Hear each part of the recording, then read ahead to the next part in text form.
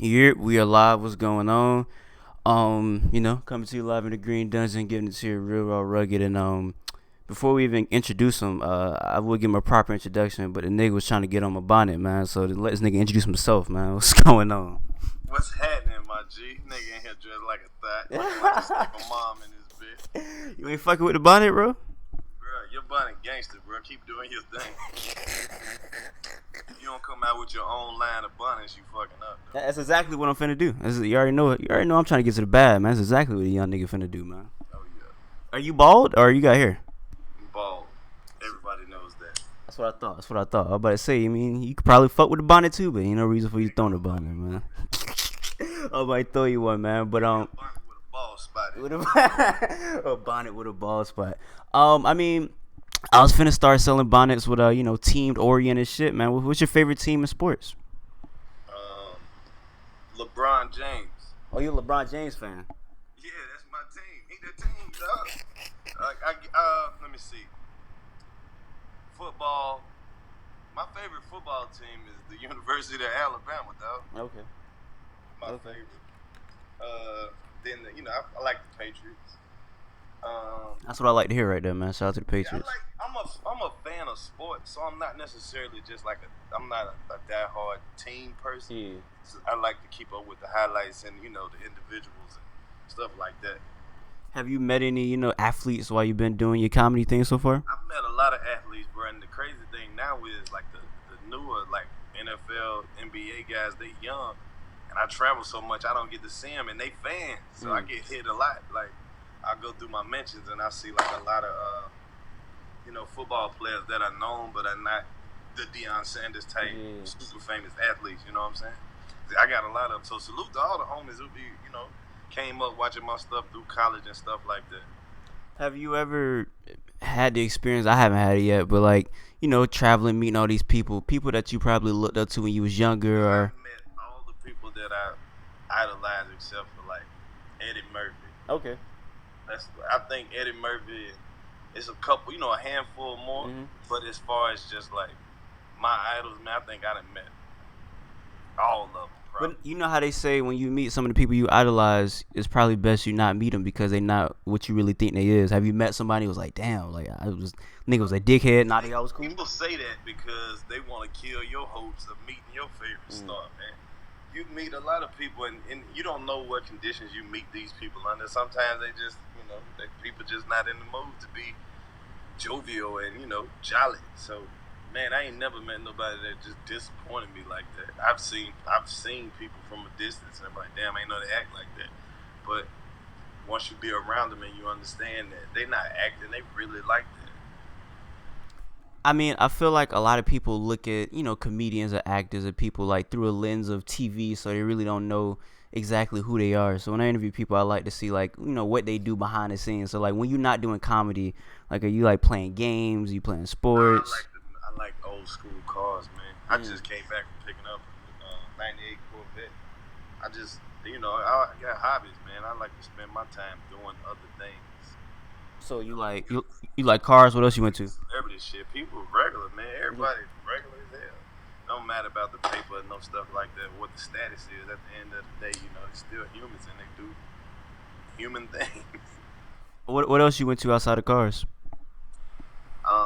Cars, creating different things outside of comedy.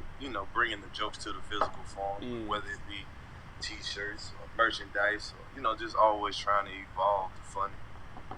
I feel like your style of comedy when I watch it is like it's like a real nigga style of comedy, and I feel like real nigga style of comedy is like it's a very thin line between that and like slapstick like coon comedy, like a nigga that be like, oh, how many of y'all niggas here got elbows? I know everybody got elbows in here. Like, how many people have been to Walmart? Like, I feel like you don't do that, but I feel like there's a thin line of people that want to try to do the quote unquote, I guess, real nigga comedy style, but they kind of just go in like, I don't know, I call it coon comedy. So is there, like, I don't like that type of comedy. So is there comedy that you do? I mean, is there comedy that you see that you're not a fan of, like, not specific comics, but just like a style of comedy that, like, if it's slapstick comedy or if it's like. Yeah, there's a lot of comedy that I'm not a fan of because it's just like, say for instance, me and you were musicians, man. Like, we were we could be like Beethoven and Mm-hmm. you know what I mean, like classical Yeah. pianists, you know, pianists or whatever. So once you hear somebody playing your instrument and you see that they not hitting all the notes, or they not going by a certain formula, or they just leaving out the fundamentals. You know what I'm saying? Yeah, Like, that's what you're saying. I guess it could be kind of like a NBA player watching street ball. Of course, you can get away with that, but you're not playing the game under these regulations, so you have more creativity to do. I see comedians get away with things that I don't think are funny all the time, especially with the social media sketches. It's like a lot of those sketches, you will watch them and they'll have great setup, great premise, but the punchline never shows up. It's like you had the perfect camera person, you had the perfect backdrop, you had the perfect actress, but you're not a comedian to the point where you can deliver a punchline. Yeah, it's funny, but one quick line would have made that shit 10 times better. So it's a lot of things that I'm not necessarily fans of, but that doesn't mean that it's just not for me. You know, it's different things for different people. So I always try to take my comedy and evolve on the things that I didn't like about comedy, as opposed to saying, who went to Walmart? You ever been to Walmart? Just assume that you have and go with the joke. Yeah. Force it. You know what I'm saying? And it's just little nuances like that and little approaches that you can take that'll, you know what I mean, that'll make your comedy stand out. The inflections of your voice, like your accent, some words that you might not say politically correctly because they don't say it like that where you're from. But you sneak little pieces of yourself into every performance that you get, and that makes people take to you. Oh, well, he can't say strawberry. He say scraw. Yeah. You know what I mean? It's like, as long as those things are true to you, and you're not a person who get off stage and, well, I went to Cambridge and I studied, and then you get on stage, what's up, nigga? Yeah. Like, you gotta be authentically you, and that's the one, comedy is the one form of entertainment that exposes you. Like, you can be a great actor and they know that you acting, but when you're a comedian, it's a certain level of realness that's already applied to what you're doing. It's funny you bring up dialect, because that was actually one of my questions, because I realized that, like, comedians, I feel like being a comic is a thing where a black person doesn't have to ever put on their white voice, quote unquote. Like, you don't never have to, like, hey, buddy, up, what's going on, buddy? So, what you say something? No, I was just saying, it's like, you have to, like the dialect and your accents and your inflection, the way you sound, because your voice is your instrument. Yeah. It's some people who could just lure you in and you'll just listen to them talk. You know what I'm saying? And then there's some comedians and they hit you with they make you see the joke by the way they tell it. Mm-hmm. Like, you know what I mean? Dave Chappelle give you those colorful ass jokes where it feel like you walking down the street and you just talking with your homeboy. Yeah. And then you got comedians that's old school like Paul Mooney, who gonna hit you with the voice, the dialect, the accent, and it sounds right. Like when you listen to Paul Mooney, it's like you're listening to a professor. Like everything that he said sound believable. Yeah. You know what I mean? Even if he said a word wrong, you're not sure if he said it wrong, but you just didn't know it. You know what I'm saying? That type of stuff. I feel like I 100% agree with you, but I do feel like there's a disconnect with some people that live in their own bubble and they're not familiar with that dialect and they're just confused. Like, for example, I interviewed probably the biggest music reviewer on YouTube, dude named Needle Drop. He's a white guy and he has I'm gonna say predominantly white fan base. So he posted a clip of our interview on his page. I'm going through the comments and I guess I said in the clip I asked him something instead of asked. I said AXED. So they were like, axe? I was like, what is he talking about? Is he going to axe me in the head? What is this guy talking about? Oh, black people and their dialect. And I feel like some people, I don't know, I feel like comedy should be looked upon as you're looking at people with different life experiences that you necessarily didn't have to go up. Like when I look at George Lopez, I'm not Mexican. I'm not a Mexican nigga. So when I look at his stand-up, I feel like, or his TV show even, I feel like I'm looking through his perspective or his eyes. And I feel like some people are very close-minded and they only want to hear things from their perspective and only things that they can relate with. You know what I'm saying? I feel like George Lopez is like the Spanish Richard Pryor because you don't have to be Hispanic to know exactly what he's talking about. You don't never feel left out or alienated in the joke. Even when he speaks Spanish and you don't know exactly what he said, the way that he delivers his material makes you feel like you're a part of what he's saying. Like he's a master of ceremony when he does this. Like, I feel like he's one of I don't feel like he get enough credit for being able to do that. And then, just like you were saying, the people harping in the comments, it's always gonna be people who try to find nitpicky things to try to make it, to try to make it seem like you're not validated as who you are. So that's just insecurity. I would never sweat no shit like that. Yeah, I mean, hey, everybody can't love the shit that you do. But is there things that you've picked up on from people that you probably never would have watched, or people you probably never heard of since you got more famous and traveled and seen more things, or ever like certain comedians that have did things? I was getting at, but I got off point. My fault. You were talking about people living in a box. Yeah. It's like your art suffers when you live in a box like that. Like, you want to be able to give people all of you, but you can't just be one dimensional, because you, like, especially with the comedy, because you got to know exactly what you're talking about. In a comedy show can go 1,000 different ways, and you'll never know what topic you may end up on. So you got to be well studied and well versed on a lot of things. So you can't just be a black comedian, because you got to. Well, I mean, what else are you gonna talk about? Everybody in the room, like, it's a certain level of, okay, we all get this. Now take us outside of this. You get what I'm saying? Yeah. Like, how you gonna be able to take them on their walk if you don't have the ammunition or the know-how or the knowledge that you can talk about different shit other than my dick or fucking some pussy or some shit that's just non-cerebral. I feel like, sticking on the same topic of people like being in their box, I feel like a big topic that everybody's posting about for the past couple of years is the PC culture and how everybody get offended so quickly at things. And although I agree that people get offended really easily, I feel like when you say people, stick in that box and they don't really go outside and learn new things, I feel like you're more easier to offend people with a joke. Let's say if I'm giving Dave Chappelle a joke and an amateur joke, I feel like Dave Chappelle will probably know how to word that offensive joke more better than a person that really hasn't had a life experience outside of their own hood or outside of their own box or whatnot.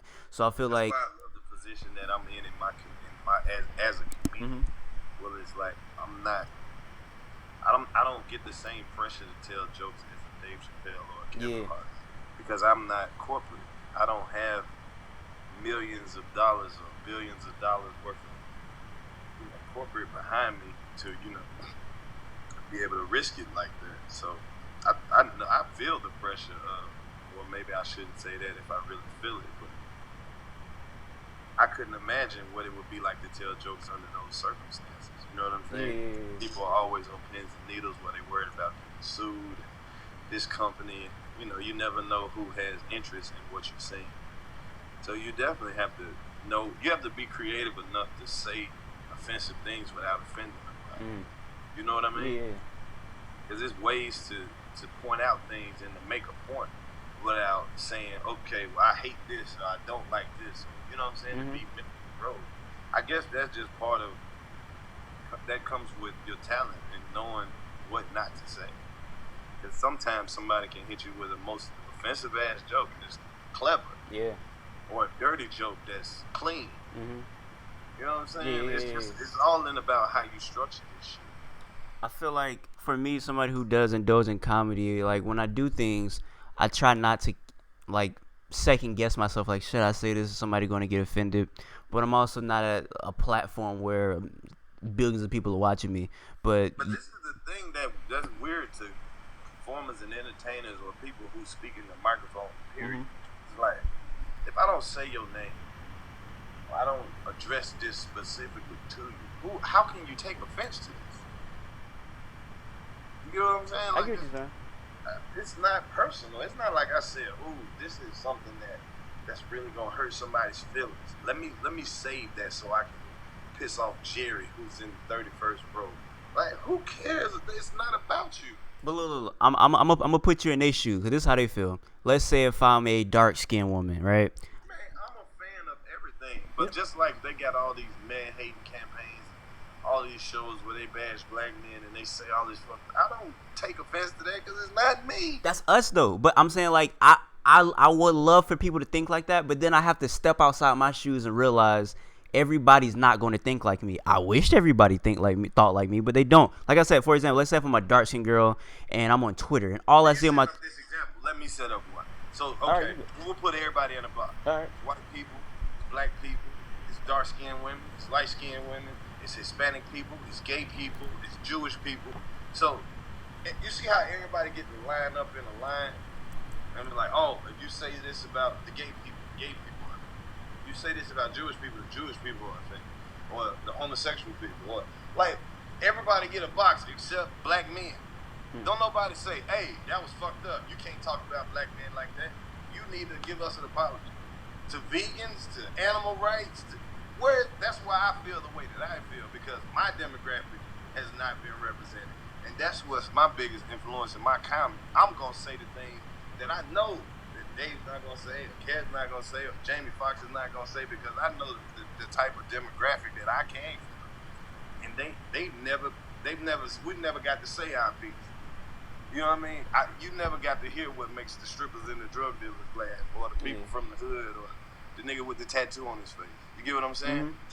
I mean, I know that I'm speaking to a different demographic. Well, I agree with you, but then I just realized that America really doesn't care that much about black men in general. Like, even outside of... They don't care nothing about what we feel. Look. Be sympathetic to everybody. Even outside of comedy, like, you see, like, the Black Lives Matter thing going on, which is great. But I feel like the people that's left out of this is niggas that's dying in the hood. Like, you don't ever see niggas on a big national scale like, damn, this little 5-year-old boy just got shot in the head in the hood or whatever. You don't see that, like, trending all the time on Twitter. You don't see stuff like that. And it's like, damn, it's like, I got homies that I know that done got killed. And it's like, damn, like, y'all ain't funding this nigga mama. Y'all ain't funding his funeral. Like, his mama crying or whatnot. So it's like niggas in the hood are getting left out this whole movement of just, like, I guess, black righteousness or whatnot. So well, that's what I'm saying. They like I said, they put everybody in the line. Yeah. So your role in the movement is to be the victim. Is to be the body. You're not supposed to be the face of this movement. What if they fucked around and it was the wrong nigga in front of the movement, and everybody was following hood street nigga? We just sick of protesting. We sick of following, and we following the Crip nigga out of whatever the fuck. He just cripping, and all he knows is gang shit, and he with the shit, and that's the shit. Come on, man. You know how quick they'll shut that shit down. I mean, it's funny because it's gonna be funny me saying this. I got a bonnet on right now, but I feel like it's a thing where like niggas are trying to feminize or emasculate the black man. They trying to make it, you know what I'm saying? Not even that. It's not about trying to feminize, bro. It's just you got to keep in mind. Ever since there's been in America, black man has been the villain. Whether he did something or not, bro, you already, like, you started out at the very bottom. We ain't have shit, but what they gave you was a slave, a peasant. Now you get to stand up on your own 2 feet. The whole job now is to knock you back down to your knees. You're not supposed to be. This is not your America. These rights don't apply to you. Every law in America was written, you know, to contradict you. This shit don't apply to you. This shit not to protect you. None of that. You are the shit that being protected from. The reason I even say they trying to feminize like black men is because I feel like the last Gangstas that led black people were the Black Panthers, and they shut that down real quick. And now that Gangstas never went nowhere. They turned the camera lens to another place. Facts. It never changed. That's exactly what I'm saying, bro. It's niggas like me. I grew up in that generation that didn't have that positive black role model. All we looked up to was drug dealers and athletes. You was either gonna be it's in every rap song that you listen to from the late 80s to the early 2000s. And Biggie said that you either got a main jump shot or you slinging rock. That was our option, bro. You was either playing ball or selling rock. Didn't nobody want to do nothing outside of that. Or rapping. That was it. Then, you know, life hits, and then you see other niggas fall into other different pockets of shit, but that was it. I don't know. I really hope one day we can get to a point where the niggas that are in the charge and the lead of like leading the black culture are like people that's actually from the cult. There are none though. That's my. But no. I'm saying the people that they've put in charge are niggas that are nerds and niggas that don't know what the fuck is really going on. That's the whole thing. They not even niggas, man. They black people. Even though that's a joke, but it's true. Yeah, I know what you're saying. The difference between you could be a black man sometimes, but some days you just want to be a nigga all day. Like you might be a black man all month, and you look up like I'm just gonna be a nigga today. I'm gonna put my bonnet on. I'm gonna smoke blunts, backwoods. I'm gonna call all my old chicks. I'm just gonna be a nigga. I'm gonna play trap music loud, and I don't give a fuck. I'm a nigga today. Yeah. It happens. You a black man. You have times in your life where you don't feel like being good or following the rules. You like it is today. It is what it is. I'm with the shit today. Cause you get tired of having to back down, swallow your piece, and not be able to express yourself as you feel. You know what I'm saying? You got when you go to work, you can't be yourself, and even when you go on stage, you got to tiptoe. You know what I'm saying? It ain't no peace in America for a black. So you gonna definitely have moments of rebellion, whether they be 5 minute spurts or whether you in your crib and you just thugged out Tupac with the pistol looking out the window. You might not even have no enemies. Then you just feel like it. You seem like a person that's very, I guess, strong-minded. So I would assume you're not a person, or how would you deal with a whole bunch of money being thrown at you, but the person that's giving you the money saying you have to conform and you can't talk about, like, let's say what we talking about right now. Like, how would you react to that? Like this, bro. I gotta figure out where the fuck the person throwing the money at me is getting the money to throw at me. Does that mean I got another person? I need to find a way to get over this person and get to the person who got the bigger bag of money. But money ain't my motivation, though. You feel what I'm saying? Because I mean, people like, man, you made it. No, I don't feel, bro. Every day I wake up is a brand new day. None of this shit, man. I can't just walk outside and jump on the plane, go get in my 50-foot plane. I'm not living like that. I'll be living like I just do me, bro. I'm not trying to buy into no hype or be nobody that I am. I'm not. That shit don't appeal to me because I'm still trying to figure out how I can extend my life. You know what I mean? I'm still battling that shit that you see on TV. The reasons why they protest. I'm still getting pulled over and having to explain to these motherfuckers why people across the street is standing there because they know me. You feel what I'm saying? Like that fame shit don't transpire to everywhere. I don't know if these niggas gonna try to take a picture or rip these earrings. I don't know.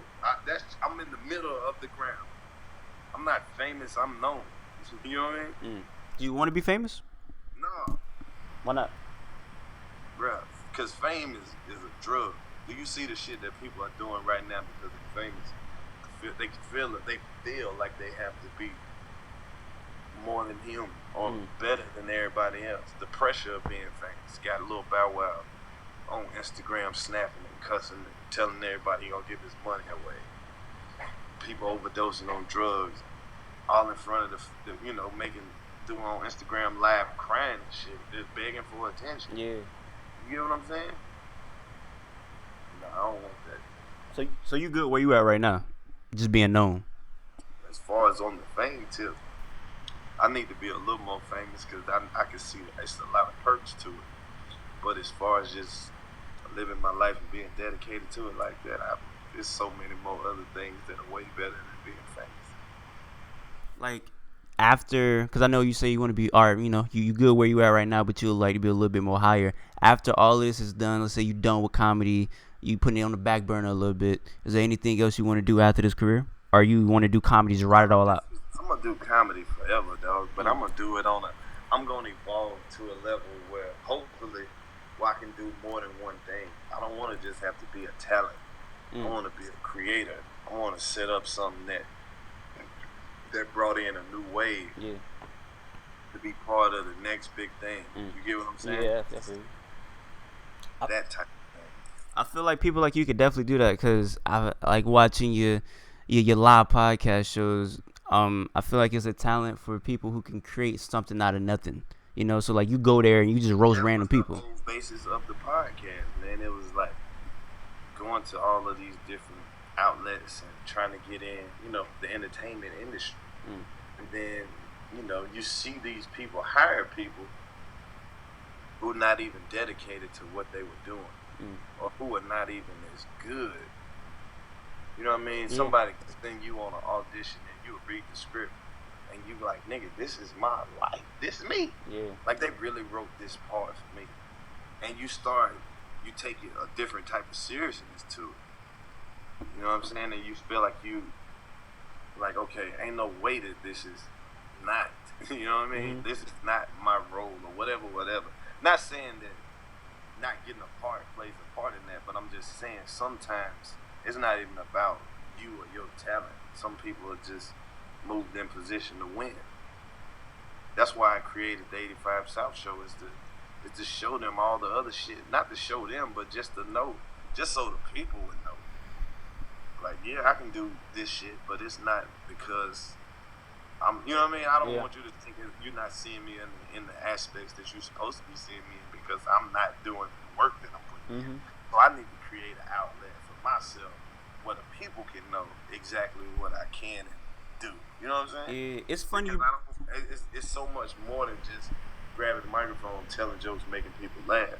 Like I challenge myself in other ways to try to come up with shit. It's definitely hard. I mean, because like when you going out there with no script, you just going out there just off top of the head, just going off what you got right there. It's not as easy as I got 1, 2, 3 punchline, 1, 2, 3, 4, then a punchline. You going off of what's there right there. And it's funny that you bring up that you say it's not per se some of these people talent. It's the connections and the stuff that they it's why they there or whatnot. And I think it's funny because not to be a hater, but I feel like it's natural because I sometimes look at people and I'm like, why is this nigga here and I'm not? Because like this nigga's obviously not there. That's not even the way you gotta look at it. It's just you have to understand that sometimes it's more than just you. Everything ain't gonna be for you. It's just like it's not even like predetermined, man. But what God has for you, it's undeniable. You're gonna get yours. It's all about maintaining long enough to be able to be around to get it. Yeah. So like that's what I was saying about the whole audition or not getting it. It shouldn't have an impact because it's enough out here for everybody. Yeah. You just got to get busy and find it and stick with your grind and go from one project to the next. I feel make sure that you got enough irons in the fire that when some do come through, it's solid and it's real. You don't want to be around. You get a little part on an audition for a little part, and you just got a little background scene with no words, as opposed to you 5 seasons on a show and you one of the leads. You get what I'm saying? Yeah. So you don't never want to just get confused and lose your balance over some shit like that. You never know what could be next. It could be the same day. Like you might, damn, you look back and be like, damn, I'm glad I ain't do that. Yeah. Everybody on this show about to go to jail. You know what I'm saying? Or that shit got canceled. Or they didn't get paid. It's a bunch of horror stories that can come out of that type of stuff. I feel like what helps is building a resume, and I feel like you got a lot of. I feel like building a resume could be in today's age having a whole bunch of viral moments, and I feel like you got a whole bunch of viral jokes that popped off or whatnot. Do you have a favorite that went viral that you like? Yeah, that was some good shit right there. It's never the ones that you thought would happen, bro. Probably the clip with the in the Stardome where I was arguing back and forth with these married ladies, this lesbian couple. It was just because a lot of people that I didn't know were following me, or even were fans of my comedy, reposted it and posted it and stuff like that, and just got a lot of good feedback. But there's a lot of my jokes that are on memes and shit, and people don't even know that they my jokes or where they even came from. Now that's frustrating to tell. When you look up and you scroll in your timeline and you see people posting your shit, and your name not even on it. You don't even know it's yours, and then you posted it like, this my shit. Like, so that's frustrating though. That's one of the worst parts about the entertainment shit or being a creative person is when you create some shit and people take it and run with it. It's definitely I could definitely see that being stressful because I didn't even know like your origins. I was talking to my homeboy and he was like, yeah, Karlous been around for a minute. He was like he was a black Twitter nigga, and I was like, he was a black Twitter nigga. I was like, I ain't never seen him on black Twitter before. So were you always trying to do comedy, or did it just come off of you doing Twitter and you just spiraled after that? I was doing comedy before Twitter was even. I started doing comedy in 05. This back in the time where you could run out of YouTube videos to watch. Like, this shit was that new. And then it's just social media just blew up so big after that. It went from MySpace to Facebook, Twitter, Instagram, and then when it looped all back around, it was just crazy. I've never even felt like I was part of all of that social media shit. I'm not viral like that. I've had some moments. I've had moments where I was like right there beside the camera, like right outside the frame, that was stupid viral. Like, fuck, I was a step to the left. Yeah. You know what I mean? But no, I didn't never see, like when I was coming up doing comedy, like sketches and shit, comedians would do all those and put them on their DVDs and sell them like individually at the show. So a lot of comedians from the time that I started doing comedy was always real hesitant to just put out a bunch of free content. And then once we saw a lot of the social media people get rich off the shit, by the time that they took, took notice to what was really going on. Like, if the wave had already gone, had a lot of comedians got in early, they would have been straight right now. Yeah. And a lot of those sketches in the beginning, like a lot of those, like popular people on the internet, they stole a lot of that material and just made sketches out of it. Facts. That's definitely from like true. old Comic View and Def Comedy Jam jokes, and they just took it and ran with it. So that's why you see a lot of the beef with the stand-up comedians as opposed to the online comedians. Well, I feel like, as a down south nigga, me being a Florida boy, I definitely connect with your comedy, and definitely my favorite viral moment of yours is definitely you arguing with the two lesbian dykes or whatever. That shit was funny because that happened to me before, and it's just like I don't know, man. Lesbian dykes are really funny to me, man. Funny young women, but I don't wanna sit here and talk your head off, man. If you got anything else to promote or say anything, 85 South Show. Make sure you tune in and watch that, man. That's it, bro. Appreciate you having me on your show. And you keep killing them with the bonnet, man. I got you, man. Until next time I say what I mean what I say. Haters gonna hate, players gonna play. Holla at your boy.